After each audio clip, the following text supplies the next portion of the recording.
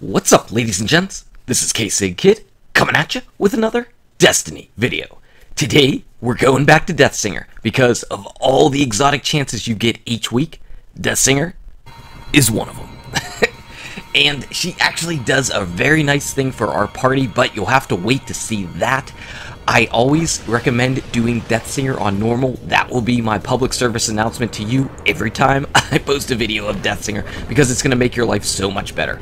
So of course, got to come in here and get this witch out. I believe it is just 3 of us. It's Ecto, Bulldog, and I just running the Deathsinger. I think we were all hanging out online one night and we're like, let's go ahead and get our Deathsingers down. Poor Sith. Where were you at, Sith? And Nugs. Nugs, has your Destiny updated yet? Guy, get on Destiny.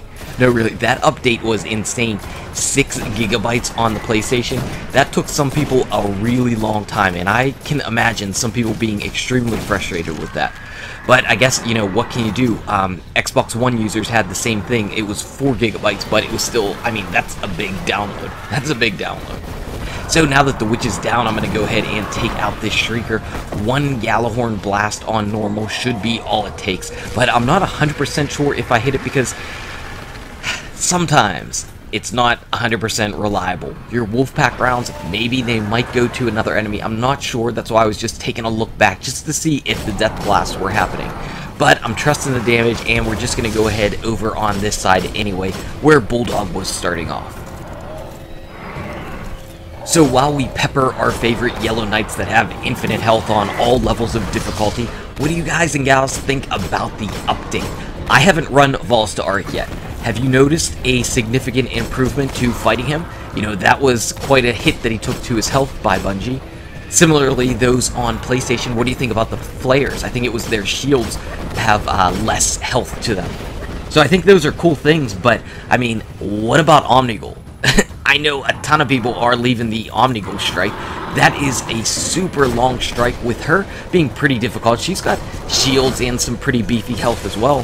So, I don't know, that and the special Venus strike that PlayStation users get, those are some pretty long strikes, and I didn't see any updates to those, and I'm wondering if players are just going to continue to just bounce out of those, go to orbit as soon as they get those strikes, because Omnigul is the one I see the most. I don't think the Ball strike is really that long. You've seen the video that I show where you can skip so many areas, and you can finish that strike killing only like 35 enemies. It's really not a long strike, but I do 100% agree that Vols had way too much health. So that nerf is good. I imagine a lot of people will continue to do Vols' strike. But what about Omnigul? That strike is still brutal. You're still going to see a lot of people get those on rock strikes and quit. And boy, I'm so lucky I did not die there. Shot the Gjallarhorn, and the Wolfpack rounds exploded on that knight that walked right in front of me.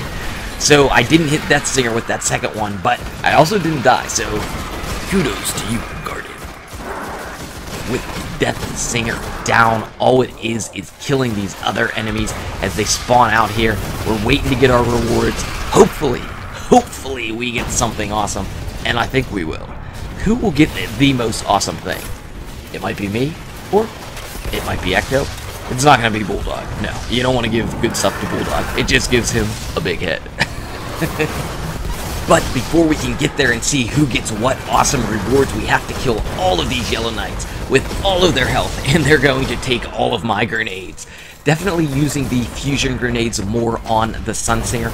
I was in the camp of the solar grenades and throwing out suns, because that's a lot of fun, and it does do a little bit of zoning, but the damage isn't spectacular because enemies always run away from essential vortex grenades, and I'm just not a big fan of them. Whereas if I stick an enemy with a fusion grenade, he's going to take a couple thousand points of damage, and that's pretty awesome.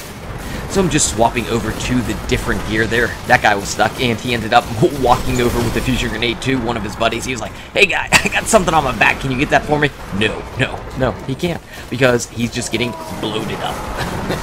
And those enemies that always spawn out of that side room right here, it always catches somebody from behind, because people are always pushing forward into the far right room, or left room, as we're standing in here if you were doing the Crota Crystal.